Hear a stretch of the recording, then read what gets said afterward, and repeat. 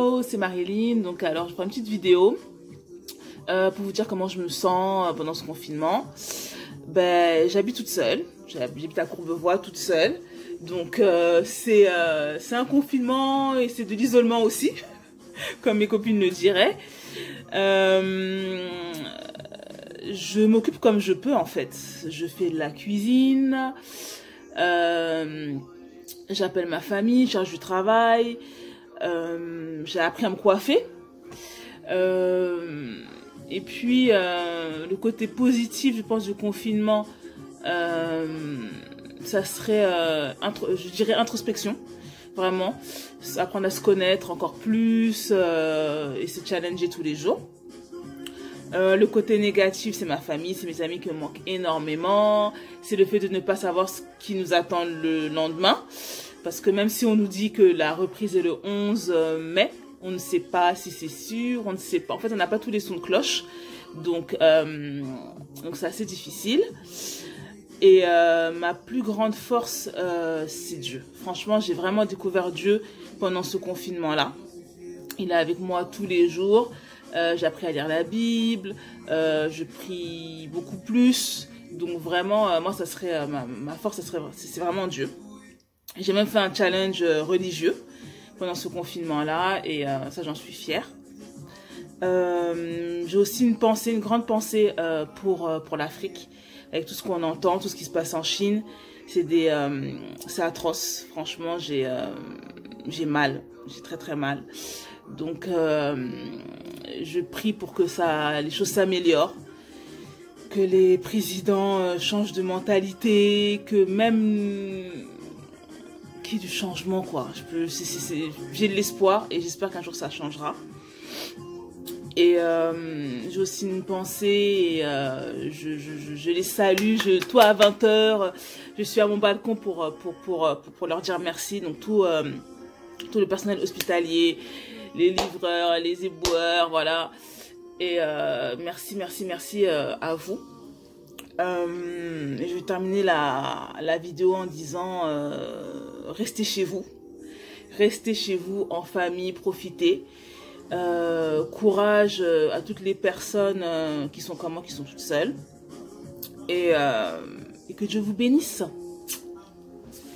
Black, black, black, black, I'm black, black, my thoughts so black, black, black, I'm black, my skin is so black, I'm rocking all black, everything is black. Rims on this black wheel. Beauté, salut les miens, j'espère que vous allez bien.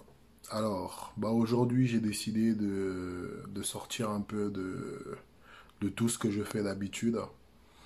Donc j'ai profité de cette vidéo pour pouvoir rendre hommage donc à la femme.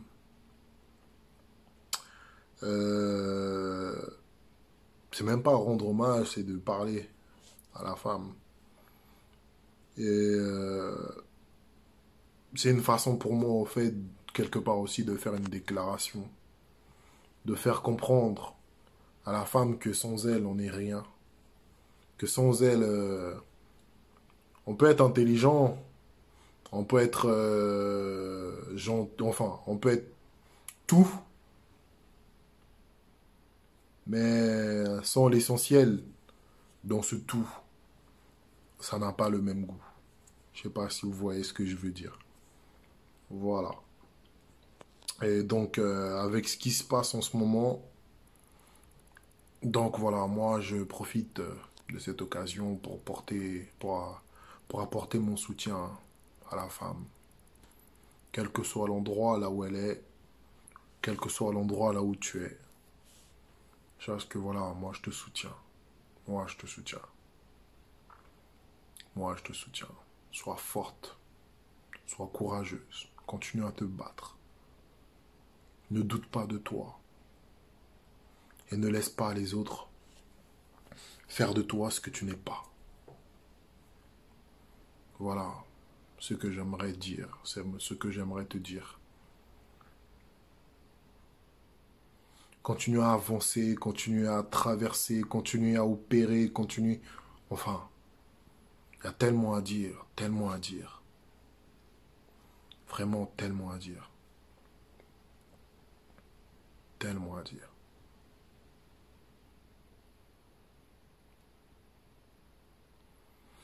J'ai appris que pendant cette période de confinement, il y a beaucoup de femmes qui se sont retrouvées dans une mauvaise situation, dans une mauvaise...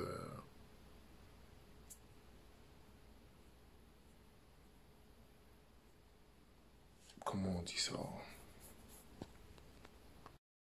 Au fond de moi, je sais très bien que je dois aussi me sacrifier pour que tu puisses être heureuse. Surtout, au fond de moi, je sais aussi que je dois t'idolâtrer. Idolâtrer non pas parce que tu es mon Dieu. T'idolâtrer, pourquoi? Parce que c'est toi qui fais mon futur.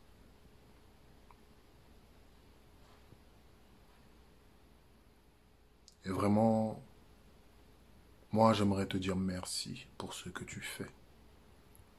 J'aimerais te dire vraiment merci pour ce que tu me donnes. J'aimerais vraiment te dire merci.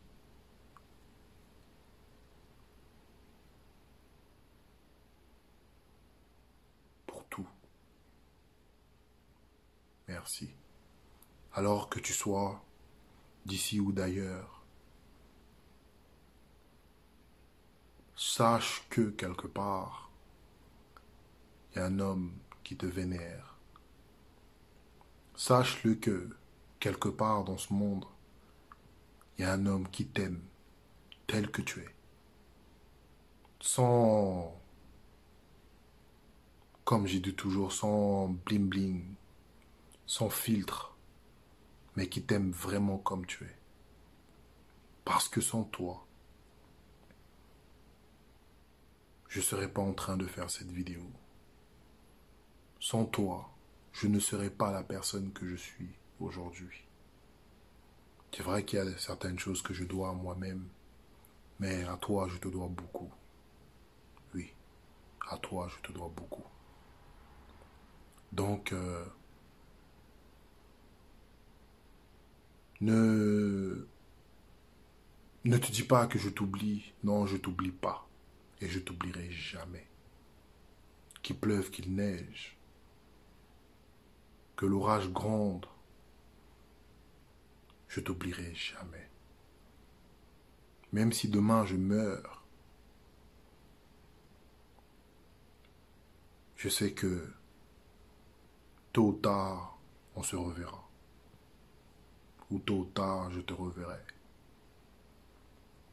Et je continuerai toujours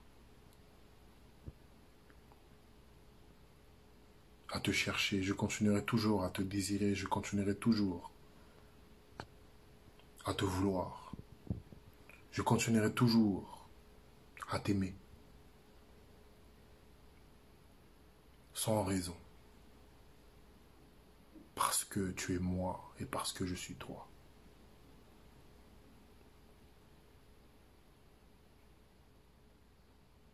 Ouais. Je t'aime tellement. Je t'aime tellement, tu ne peux même pas savoir. Même tu ne peux même pas l'imaginer. Tu ne peux même pas l'imaginer. Donc, je profite de l'occasion pour vraiment te rendre hommage. Je profite de ce confinement pour vraiment te rendre hommage. Et te remercier grandement pour ce que tu fais. Vraiment merci. Merci à toi la femme. Merci à toi ma femme. Ouais. Alors, voilà mes questions, tout en sachant que bon, quand je vais te poser ces questions, ça serait bien en fait que tu me répondes en vocal, s'il te plaît. Vraiment, prends le temps de me répondre en vocal, s'il te plaît. Alors, ma première question c'est, comment te sens-tu depuis le confinement? Alors, pour répondre à ta première question, depuis le confinement, comment je me sens? Alors, je suis passée par plusieurs étapes. À un moment, ça me faisait du bien. J'étais là, j'étais relax à la maison, pieds en l'air, télé. Et puis après, à la longue, ça a commencé à devenir épuisant. parce que en fait, j'allais dormir super tard, je me réveillais super tard, donc j'étais en décalage. Et en plus de ça, ben, je mangeais mal parce que ben, du coup, t'es amené à manger plus souvent vu que t'es tout le temps à la maison. Et voilà. Et à un moment, ben, psychologiquement, ben, c'est épuisant, ça te saoule, ça te déprime parce que tu es dans quatre murs, surtout quand je suis en appartement, donc c'était compliqué. Tu vois, c'était très compliqué au début du confinement à gérer. Genre d'aujourd'hui, ça va beaucoup mieux parce que ben, tu te trouves des activités à faire, un rythme avec les enfants. Tu essayes de t'occuper. Il y a des temps de pause. En fait, tu adaptes ta journée. Donc voilà, au début, c'était très, très compliqué pour moi. Mais là, ça va beaucoup mieux.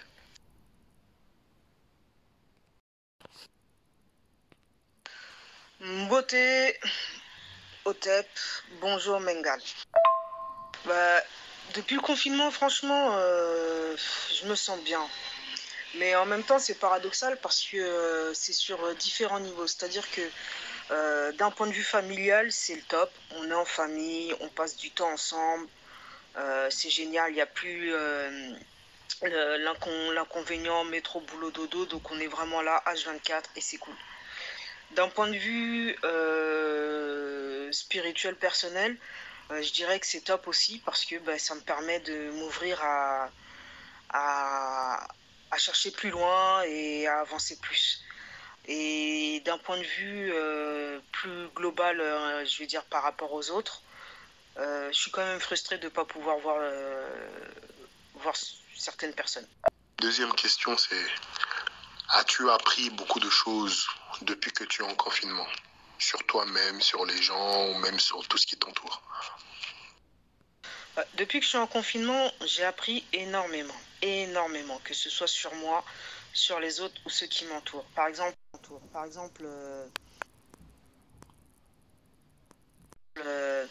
bon, comme je t'avais expliqué, moi j'ai certaines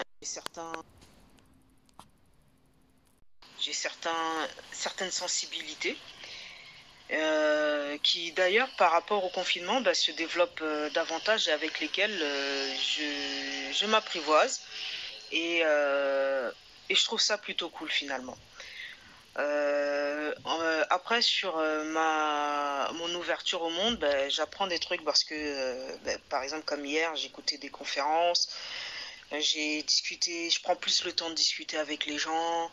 Je prends plus le temps de chercher des lectures, des choses comme ça, donc j'apprends. Et puis je cuisine énormément, donc là j'ai appris à faire plein de trucs. Maintenant mon leitmotiv c'est faire en sorte qu'il y ait toujours de la farine à la maison. Et en cette période c'est pas évident, mais j'ai appris à faire des brioches. Alors tout type de brioches, des brioches avec du beurre, des brioches avec du yaourt, des brioches avec des pépites, des brioches avec des morceaux de sucre. Enfin voilà.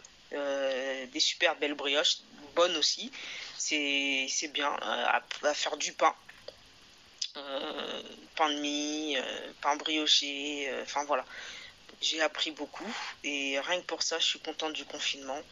Et je suis aussi contente du confinement parce que au final on est contraint à vivre vraiment l'instant présent et surtout on est contraint, où on apprécie, ça dépend. Où on apprécie, ça dépend. Les gens avec qui on est. Par rapport à ce qui m'entoure, ce que j'ai appris, c'est que la vie est une question de priorité et que les priorités des uns ne sont pas forcément les tiennes.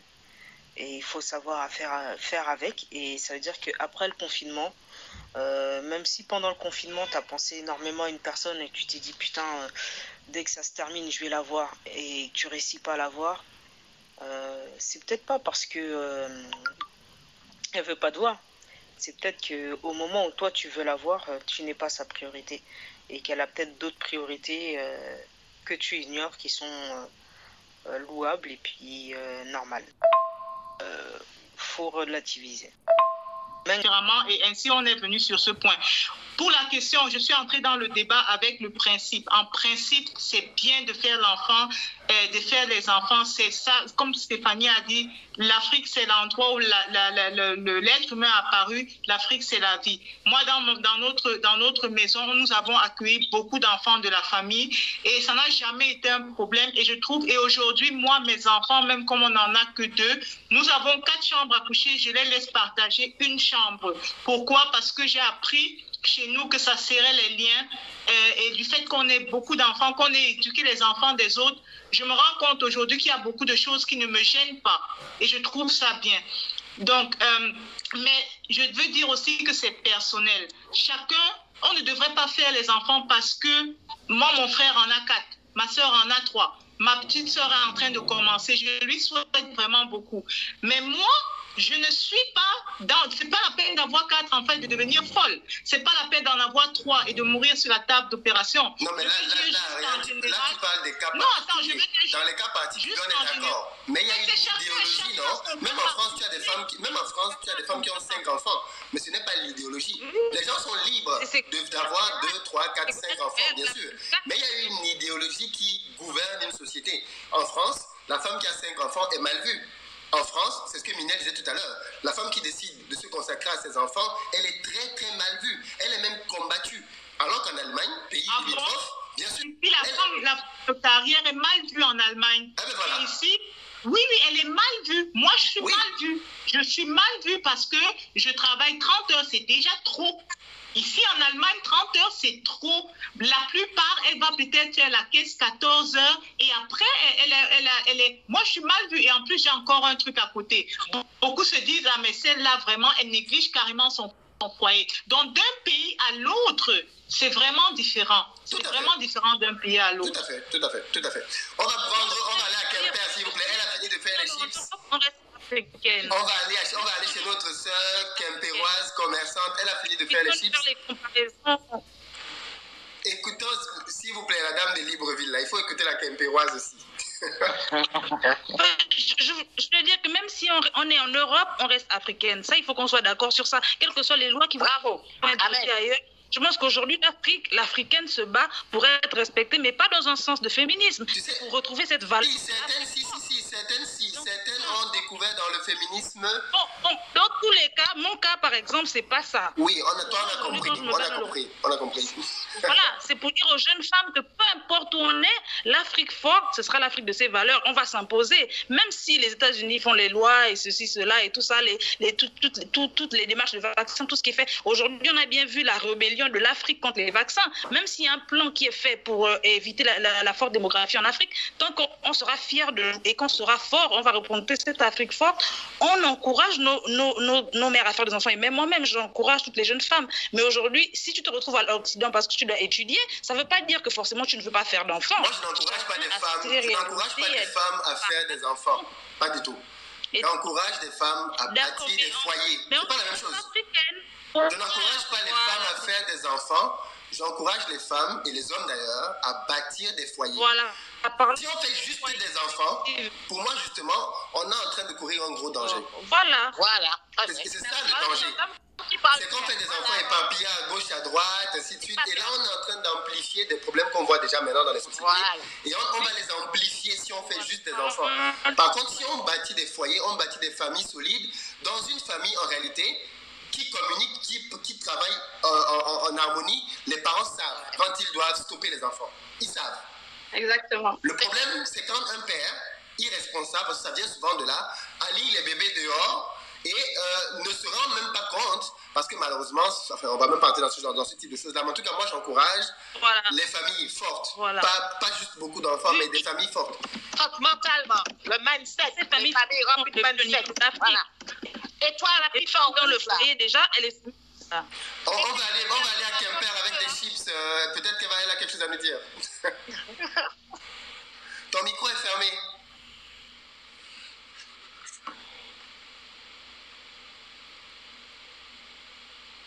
Okay. C'est bon là? Oui, c'est bon.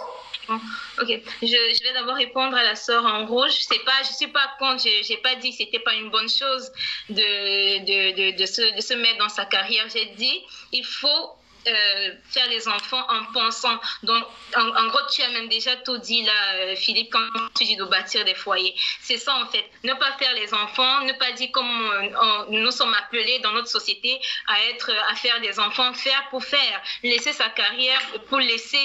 Il faut prévoir. Par exemple, quand il faut déjà se situer. Quand je regarde, par exemple, la pyramide de Maslow et que quelqu'un ne répond pas déjà à ses besoins de base et qu'il projette faire des enfants ou bien à des enfants, il y a problème. C'est ça qui crée le véritable problème. Je pense que sur ce plateau, nous sommes peut-être tous d'accord que on doit faire des enfants en grande partie. Hein. C'est vrai que la sœur au Sénégal est un peu, voilà. Nous sommes d'accord qu'il faut faire des enfants. Non, moi, en fait, pourquoi est-ce que je dis, les gens n'ont peut-être pas bien compris. Moi, je dis ceux qui ont les moyens. C'est pour ça que je dis, en fait, voilà, moi, j'incite vraiment ceux qui ont les moyens. Parce que... Ma troisième question, c'est quelle est ta vision du monde désormais, au fait, en tant que femme africaine? Mengal, la troisième question, elle est terrible. J'ai mis beaucoup de temps à te répondre à cause de cette question-là, justement, parce que je réfléchissais depuis hier à comment répondre à cette question-là. Parce que pour moi, que ça reste entre nous, alors, cette réponse-là. Déjà, en Chine, en fait, moi, je me dis que l'esclavage n'a jamais été fini, en fait. Et que, comment dirais-je, ça, c'est juste un peu plus caché, mais qu'il y a toujours autant d'esclavage dans le monde, en fait. Et que, au final, en fait, on se rend compte que nous, les Noirs, on est toujours pris pour de la merde. On est toujours pris pour plus bas que terre. Et que rien que ce qui s'est passé en Afrique jusqu'à maintenant, je ne comprends pas comment ça a pu arriver et comment le gouvernement africain a pu laisser ça se passer. En fait, j'ai l'impression que beaucoup, surtout en Afrique, que l'argent est maître, en fait. L'argent prend le pas sur l'être humain, en fait. Et c'est dommage parce que je me dis que l'Afrique, c'est un pays tellement riche, pourrait dépasser tellement de capacités que c'est dommage que les gens ils s'arrêtent à l'argent et est prêts à vendre leur âme pour ça, quoi. Donc en tant que femme africaine, je me rends compte que voilà, on se bat toujours et on se battra pendant longtemps, malheureusement, et que même nos enfants seront amenés à se battre pour faire valoir nos droits. Même en Afrique, on doit faire valoir nos droits, or que c'est un pays de noirs, en fait. Tu vois, et quand tu vois que le propre noir est capable de vendre son peuple pour de l'argent, quitte à les faire être des cobayes pour de l'argent, tu te dis quel exemple il montre aux autres pays, en fait. C'est pour ça que les autres pays ne considèrent pas les noirs plus qu'autre chose, quoi. Après, ce n'est que ma façon de... Regarde l'exemple de Madagascar, avec les tisanes d'Artemisia. L'OMS dit non. Tous les Européens disent non. Le petit président malgache, il dit « je m'en bats les reins ». Tout le monde aura de l'artémisia. Et là-bas, sur 80 cas qu'ils ont eu de coronavirus, 41 sont déjà guéris. Et ils n'ont pas eu de mort. Voilà. Voilà, c'est ça. Le quatrième, c'est si tu as un message à passer au monde, ou même aux ceux qui t'entourent, ça va être quoi, en fait? Tu vas leur donner quoi comme message? Tu vas leur faire passer quoi comme message? En fait, je dirais, alors, religieusement, je dirais, ayez la foi, en fait. Ayez vraiment la foi. Trouvez le Seigneur dans votre vie. Trouvez-le, donnez-lui sa place, car c'est très, très, très important. Parce que j'ai vu beaucoup de personnes partir, décéder, et c'est à la dernière minute qu'ils imploraient le Seigneur. Or que ça aurait pu être fait avant. Je dis pas que ça aurait pu changer la donne, leur destin. Je dis juste que, peut-être que leur mort aurait été plus... Ils auront moins appréhendé, tu vois. Ça, c'est pour les personnes qui sont religieusement, en fait. Et les autres personnes, je leur dirais, en fait... que lorsque l'épidémie ou la pandémie ou la maladie arrive, peu importe, il n'a pas de couleur, il n'a pas d'ethnie, il n'a pas de... Voilà, il prend quelle que soit la personne. Donc pourquoi nous, on ne peut pas vivre tous ensemble, quelle que soit la religion, la couleur, le sexe, et ne pas juger l'autre, en fait. Parce que la maladie, quand elle est passée, elle a pris et les Blancs, et les Chinois, et les Noirs, et les Arabes. Il a embarqué tout le monde. On était tous dans le même combat, en fait, dans la même mort, en fait. Donc, concrètement, pourquoi, une fois que ce sera passé, eh ben, on fera toujours des différences. Or que quand la maladie ou la pandémie ou l'épidémie passe, eux, ils font pas de différence. Donc, voilà, je leur dirais, vivez et ne jugez pas l'autre. Ne faites pas de différence, en fait. Jugez tel que, vivez comme si chaque personne est un frère ou une sœur, en fait. Tout simplement, de pas porter de jugement sur l'autre parce qu'il est différent ou parce qu'il a une couleur de peau ou voilà, d'accepter l'autre tel qu'il est et de vivre comme ça, en fait, de vivre en paix avec soi, en fait. Mais bon. Voilà. Voilà. Déjà, le premier message, j'ai envie de dire, je vous aime. Et pas je vous aime pour dire ouais, je t'aime. Non, je pèse mes mots, je sais ce que ça veut dire. Quand je dis je t'aime, ça veut dire que je tiens à toi, je te veux du bien, j'ai envie que tu sois bien et j'ai envie qu'on soit bien ensemble. Ensuite, j'ai envie qu'on profite des moments où on pourra être ensemble, que ce soit par téléphone, par rendez-vous, peu importe. Mais en tout cas, j'ai envie de profiter un max parce que c'est en étant vivant qu'on profite des uns des autres et j'ai pas envie de pleurer parce que j'ai manqué un rendez-vous, parce que le jour de la mort de la personne, je me rends compte que je lui ai pas tout dit ou j'ai pas tout fait, tout ce que je pouvais faire à mon niveau, avec mes moyens, avec cette personne-là. Donc j'ai envie de dire, profitez vraiment positivement des uns des autres. Aimez-vous les uns les autres, entraidez-vous, parlez-vous, passez du temps ensemble. Quand on se voit, s'il vous plaît, posez vos téléphones portables et vraiment, on reste ensemble. Donc voilà Mengal, j'ai réfléchi, j'ai voulu faire court aussi parce que bon, sinon ça devient très très très très long. Mais tes questions m'ont beaucoup interrogé. Parce qu'elles ont l'air de rien comme ça, mais en fait, c'est des questions qui sont très, très, très profondes. Et il ne faut pas répondre n'importe comment pour répondre, quoi. Il faut vraiment essayer de syntaxer les choses, mais faire en sorte que ce soit suffisamment ouvert pour que chacun développe davantage la pensée de l'autre. Merci d'avoir pensé à moi pour ce questionnaire. Voilà. Désolé pour le temps que j'ai mis à te répondre, mais vraiment, je voulais répondre le plus correctement possible. Bye. Bisous. Bonjour à tous. Je voulais juste me partager un peu mon ressenti par rapport à tout ce qui se passe en ce moment. Tous les jours, des décisions sont prises par des personnes qui sont censées représenter leur peuple alors que leurs propos et leurs décisions, leurs paroles sont très loin de faire la majorité. C'est pas normal. Tous ces propos mal placés, toutes ces mauvaises décisions, tous ces discours qui sonnent faux en fait, me poussent juste à me dire qu'on n'a pas le droit de baisser les bras, qu'il faut qu'on continue à se battre, à garder cette unité, une unité à échelle humaine. Une unité à échelle humaine.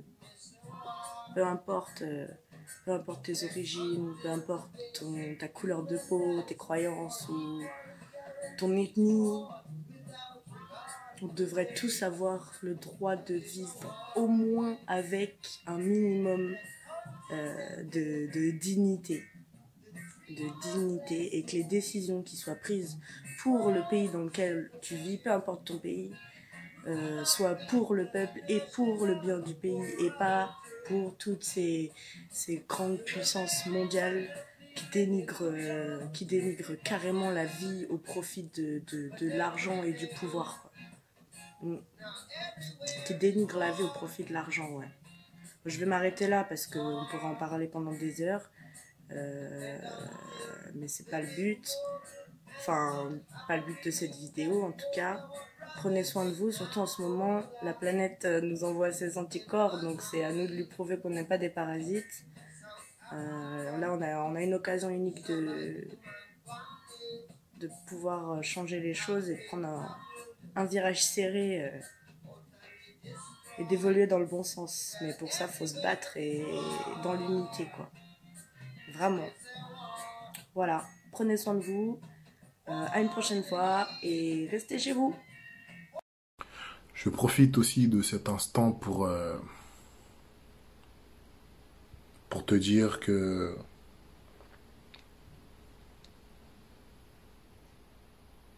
par moments c'est dur et difficile parce que je suis un homme et toi t'es une femme. Par moments j'ai du mal à te comprendre. Par moments j'ai du mal à te cerner.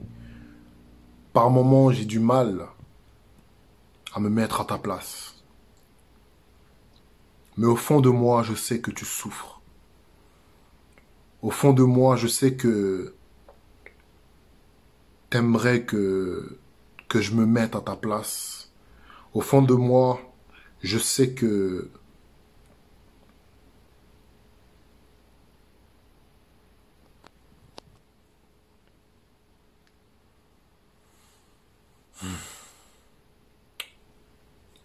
j'ai mal.